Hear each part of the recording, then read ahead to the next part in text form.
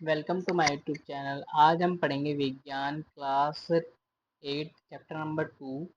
ठीक है, जिसका नाम है सूक्ष्म जीव मित्र एवं शत्रु। ठीक है, सबसे पहले हम सूक्ष्म जीवों के बारे में जान लेते हैं। सूक्ष्म जीव किन्हें किन्हें कहते हैं? सूक्ष्म जीव वह जीव होते हैं जिन्हें हम सामान्य आंखों से नहीं देख सकते। ठीक है, उन्हें हम क्या कहते हैं? सूक्ष्म जीव कहते हैं। ठीक है, यानी कि उन्हें हम कैसे देखते हैं? माइक्रोस्कोप की सहायता से हम उन्हें देख सकते हैं।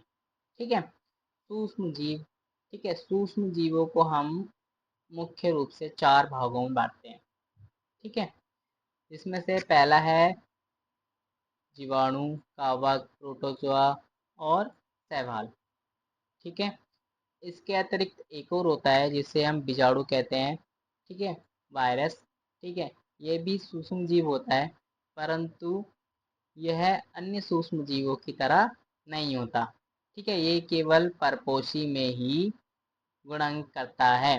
परपोषी मतलब पौधे, पौधों में ही क्या करता है? विद्यमान है।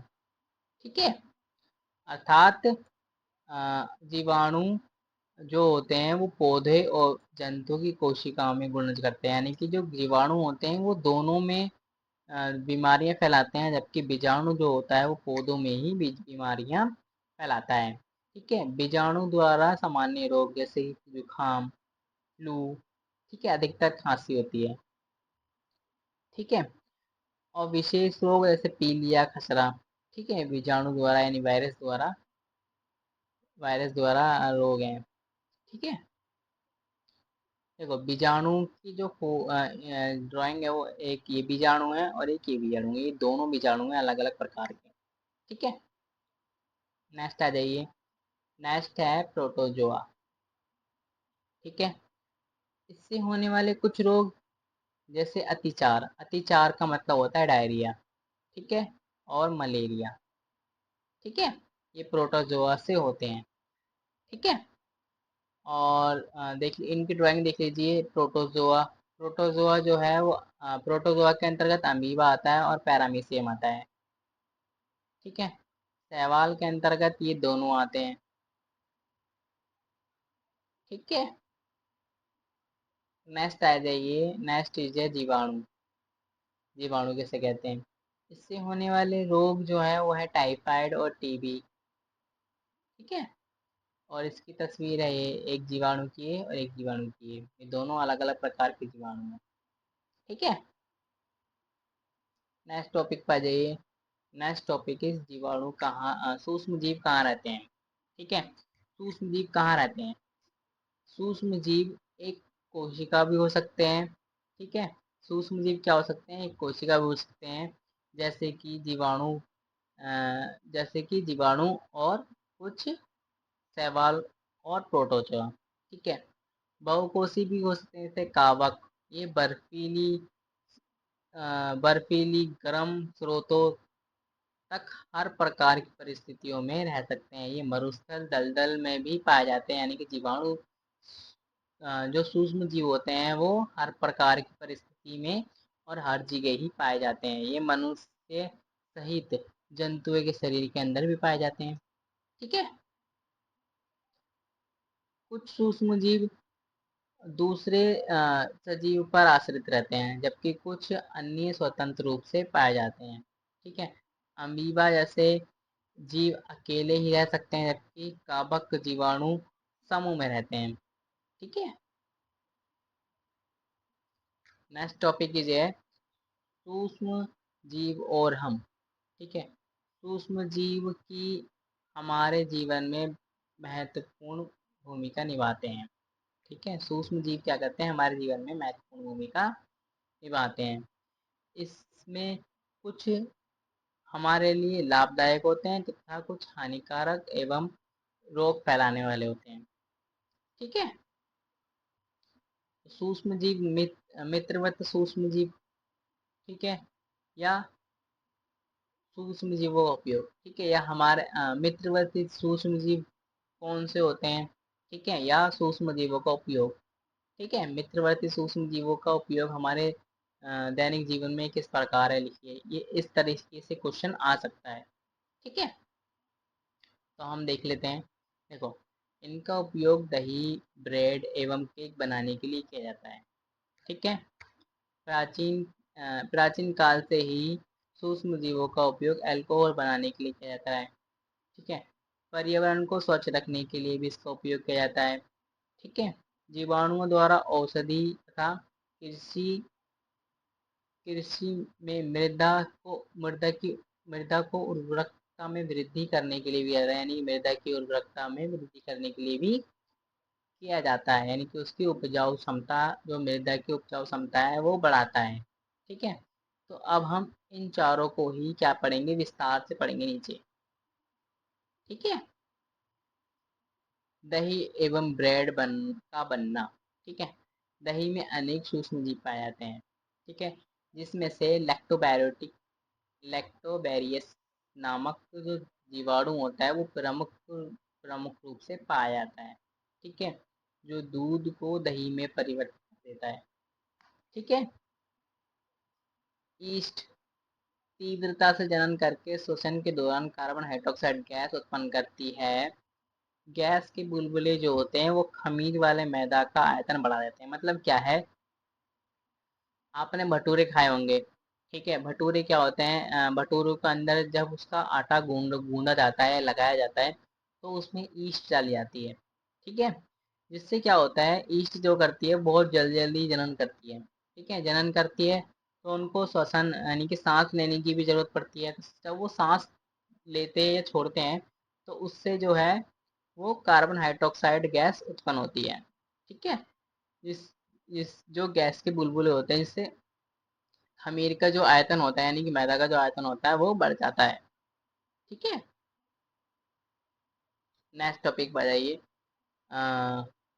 सूक्ष्म जीवों का उपयोग, वाणिज्य सूक्ष्म जीवों का वाणिज्य उपयोग। ठीक है।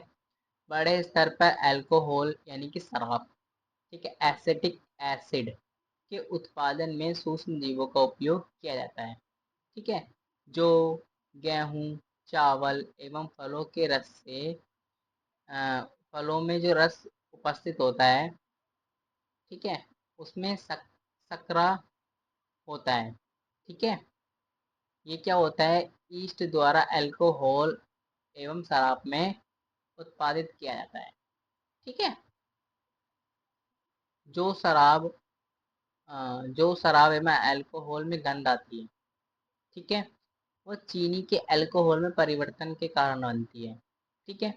चीनी के अल्कोहल में परिवर्तन की क्रिया को हम किण्वन कहते हैं। ठीक है। इसको इंग्लिश में हम फर्मेंटेशन कहते हैं। ठीक है। जो किण्वन की प्रक्रिया है, जो किण्वन है, जो फर्मेंटेशन है, वो लुईस पश्चर ने 1897 में की थी इसकी खोज। ठीक है। नेक्स्ट टॉपिक पर जाइए। नेक्स्ट टॉपिक इज सूक्ष्म जीवों के औषधि उपयोग।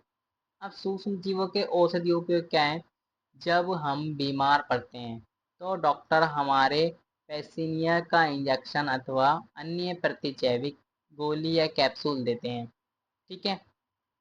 यह औषधियाँ सूक्ष्म जीवों से बनी होती हैं। ठीक है। यह बीमारी पैदा करने वाले सूक्ष्म जीवों को नष्ट कर देते हैं। इसी प्रकार की औषधियाँ को हम प्रतिजैविक अथवा एंटीबायोटिक कहते हैं। ठीक है। वैक्सीन यानी कि टीका, ये कैसे कार्य करता है। ठीक है। जब रोगाकार जीवाणु हमारे शरीर में प्रवेश करते हैं, ठीक है, तो उससे लड़ने के लिए हमारे शरीर में प्रतिरक्षक उत्पन्न होते हैं। ठीक है। शरीर को यह भी स्मरण रहता है कि वही सूक्ष्म जीव अगर हमारे शरीर में पुनः प्रवेश करे तो उससे किस प्रकार लड़ा जाएगा। ठीक है। अतः यदि हम क्या करें, किसी मृत या निष्क्रिय सूक्ष्म जीवों को किसी स्वस्थ व्यक्ति के शरीर में डालें तो वो उसी प्रकार एंटीबायोटिक बनाएगा, यानी कि प्रतिरक्षक बनाएगा। ठीक है। तो उस तो शरीर की कोशिका उसी के अनुसार लड़ने के लिए प्रतिरक्षक उत्पन्न करके रोगों रोग कारक को नष्ट कर देती है। ठीक है। इस प्रकार टीका कार्य करता है। ठीक है। हैजा रक्त चेचक और हेपेटाइटिस जैसी अनेक बीमारियों को वैक्सीन द्वारा ही रोका जाता है। ठीक है। अब ये यहाँ पर एक मैसेज लिखा है, इसे याद कर लीजिएगा। एडवर्ड जेनर ने चेचक के लिए 1798 में चेचक के टीके की खोज की थी। ठीक है। नेक्स्ट टॉपिक पर जाइए। नेक्स्ट टॉपिक इज मिट्टी की उर्वरकता में वृद्धि। अब मिट्टी की उर्वरकता में वृद्धि कैसे करता है? कुछ जीवाणु एवं नीले हरे शैवाल वायुमंडलीय नाइट्रोजन का स्थानीकरण करते हैं। ठीक है। स्थानीकरण नाइट्रोजन का स्थलीकरण से क्या होता है? पौधे की वृद्धि में मदद करता है। ठीक है। जिससे क्या होता है? मिट्टी की उर्वरकता में बढ़ोतरी होती है। ठीक है। नेक्स्ट टॉपिक इज पर्यावरण का शुद्धिकरण। ठीक है। आपने अक्सर देखा होगा कि कई कई दफे क्या होता है, जो मृत जीव जंतु होते हैं, ठीक है, वो क्या होते हैं? सड़ने लगते हैं। ठीक है। और कुछ समय बाद वो विलुप्त भी हो जाते हैं, यानी खत्म हो जाते हैं। तो वो क्या होता है? जो सूक्ष्म जीव होते हैं उनका वो अपघटन कर देते हैं। ठीक है, यानी कि उन्हें खा लेते हैं। ठीक है। और सरल पदार्थ में परिवर्तित कर देते हैं। सरल पदार्थ मतलब कार्बोहाइड्रोक्साइड, ठीक है, प्रोटीन वसा में परिवर्तित कर देते हैं। ठीक है। नेक्स्ट टॉपिक पर जाइए। नेक्स्ट टॉपिक इज हानिकारक सूक्ष्म जीव। ठीक है।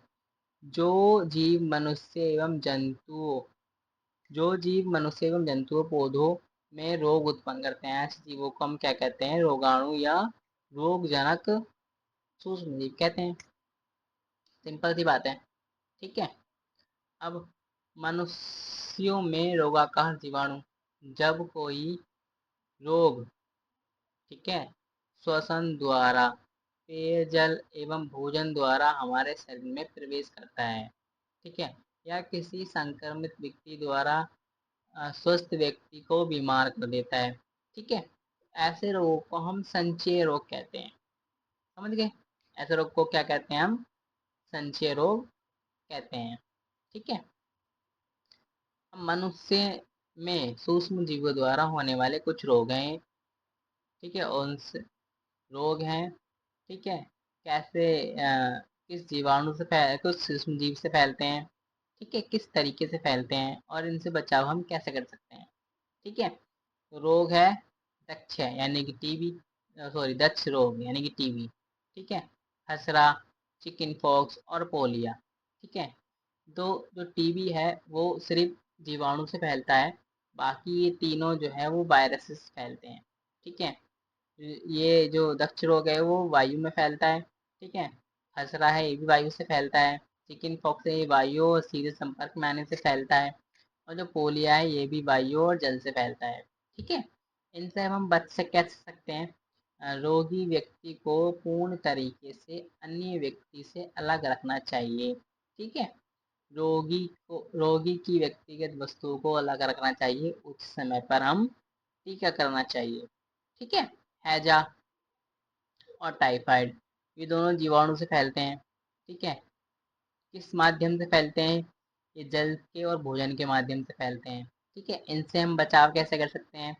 व्यक्तिगत स्वच्छता एवं अच्छी आदतों को अपनाना, भली भांति पक्के भोजन, उबले हुए पानी को पीना एवं टीका लगाना, ठीक है, लगवाना। ठीक है। हेपेटाइटिस ए, ये वायरस से फैलता है, जल के माध्यम से फैलता है। ठीक है। इसको कैसे रोका जा सकता है? उबले हुए पेयजल का उपयोग करके, टीकाकरण करके। ठीक है। मलेरिया, मलेरिया जो है वो प्रोटोजोआ से फैलता है। ठीक है। किस माध्यम से? मच्छर के माध्यम से। ठीक है। अब हम इसको कैसे रोक सकते हैं? मच्छरदानी का उपयोग करके। ठीक है। मच्छर भगाने वाले रसायनों का उपयोग करके, कीटनाशक का उपयोग करके। ठीक है। मच्छर के प्रजनन रोकने के लिए जल को किसी भी स्थान पर एकत्र ना होने दें। ठीक है। तो आई होप ये समझ में आया होगा आपको। चलिए हम नेक्स्ट टॉपिक पे चलते हैं। ठीक है।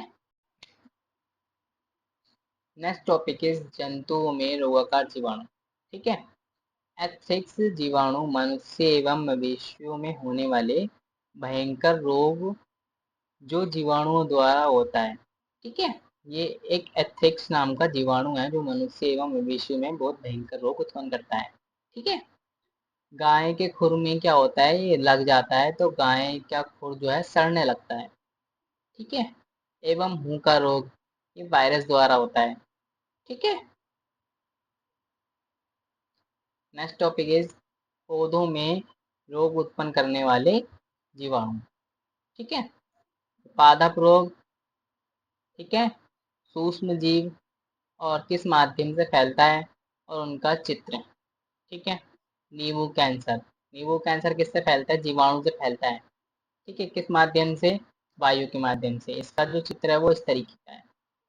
ठीक है, गेहूं का रस्ट कवक द्वारा फैलता है और वायु एवं बीज के द्वारा होता है। इसका जो चित्र है वो इस तरीके का है।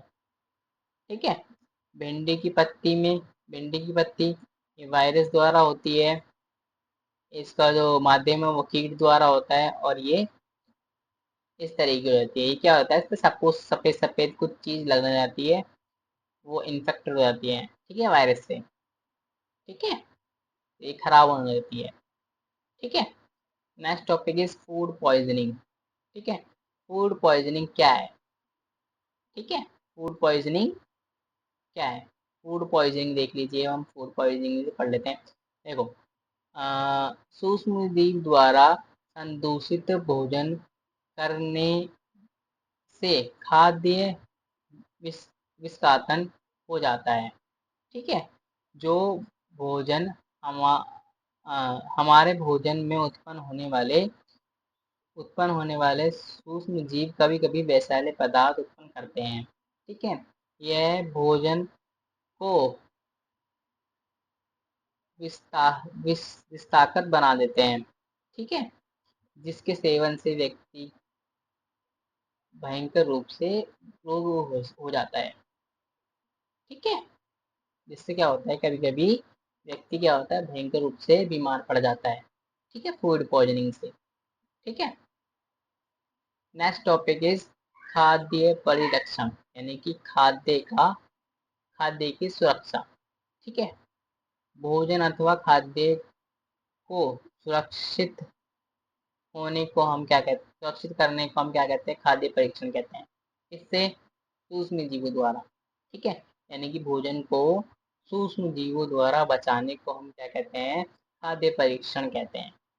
ठीक है, तो हम किन किन कैसे कैसे हम भोजन को बचा सकते हैं, देखो, नमक के द्वारा, ठीक है, चीनी द्वारा, ठीक है, तेल एवं सिर के द्वारा, गर्म एवं ठंडा करने के द्वारा, भंडारण एवं पैकेजिंग के द्वारा। ठीक है, अब इनको हम एक एक करके पढ़ लेते हैं। देखो, नमक द्वारा और चीनी द्वारा। नमक द्वारा कैसे, सामान्य नमक का उपयोग मांस एवं मछली के परिरक्षण यानी कि सुरक्षा करने के लिए किया जाता है। ठीक है, जीवाणु को रोकने के लिए मांस एवं मछली को नमक से ढक दिया जाता है, जिससे क्या होता है, जीवाणु जो है उस पे वहाँ पर वृद्धि नहीं कर पाते और जो है वो मांस और मछली बहुत लंबे समय तक चलता है। ठीक है, बना रहता है। ठीक है, चीनी द्वारा, चीनी में क्या होता है, हम चाशनी बनाते हैं। ठीक है, किसी का भी हम कोई भी हम फल डाल देते हैं उसके अंदर। ठीक है, तो क्या होता है, उस फल की नमी में कमी आ जाती है। ठीक है, जिससे क्या होता है, जो जीवाणु होते हैं उनकी वृद्धि क्या हो जाती है, रुक जाती है। ठीक है, तो इस तरीके से वो जो है वो खाद्य पदार्थ लंबे समय तक चलता है। ठीक है, तेल एवं सिरके द्वारा, तेल एवं सिरके का उपयोग अचार को संदूषित से बचाने के लिए किया जाए, क्योंकि जीवाणु इसमें जीवित नहीं रह पाते।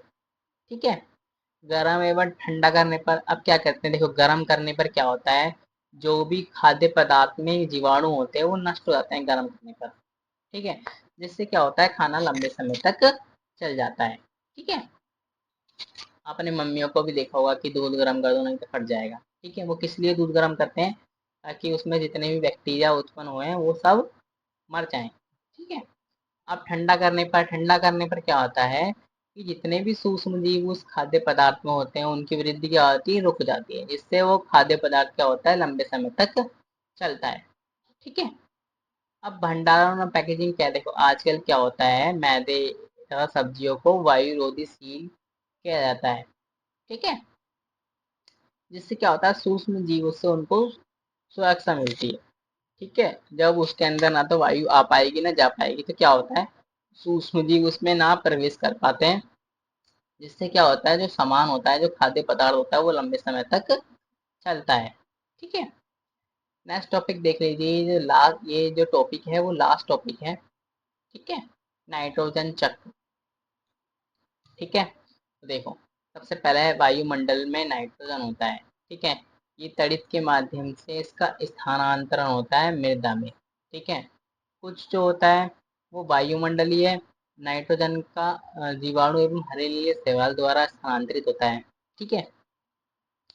ये इस जीवाणु क्या करते हैं, जीवाणु द्वारा स्थिर नाइट्रोजन को नाइट्रोजनीय यौगिक में परिवर्तित कर देते हैं, और ये भी सीधा किस में आ जाता है, मिट्टी में। ठीक है। अभी हमने ऊपर पढ़ा था ना, मिट्टी को उपजाऊ बनाने में किस प्रकार सूक्ष्म जीव मदद करते हैं, तो वो इसी प्रकार करते हैं। देखो, इन्होंने क्या कर दिया, जीवाणुओं द्वारा स्थिर नाइट्रोजन को जो नाइट्रोजनीय यौगिक में परिवर्तित कर दिया, जिससे क्या होता है, वो मृदा जो है बहुत अधिक उपजाऊ बन जाती है। ठीक है। अब जो इसमें से कुछ नाइट्रोजन तो कुछ नाइट्रोजन क्या कर लेते हैं, पौधे अवशोषित कर लेते हैं। ठीक है। और कुछ नाइट्रोजन वापिस अ, जीवाणु द्वारा नाइट्रोजनी गैस में नाइट्रोजन यौगिक का गैसीय नाइट्रोजन में परिवर्तन हो जाता है, और ये सीधा वायुमंडल में चली जाती है। ठीक है। और कुछ क्या होती है, पौधों द्वारा अवशोषित कर ली जाती है। ठीक है। तो इससे क्या होता है, जो जीव द्वारा पौधों का खाना बनाया जाता है, और वापस से उत्सर्जन एवं जीवों की मृत्यु द्वारा उत्पन्न नाइट्रोजन अपशिष्ट, यानी कि जो वापस जैसे जब जीव और पादप मर जाते हैं, तो वापस से जो नाइट्रोजन होती है वो मिट्टी में पुनः वापस आ जाती है। ठीक है। तो आई होप ये ये चैप्टर आपको समझ में आया होगा। ठीक है।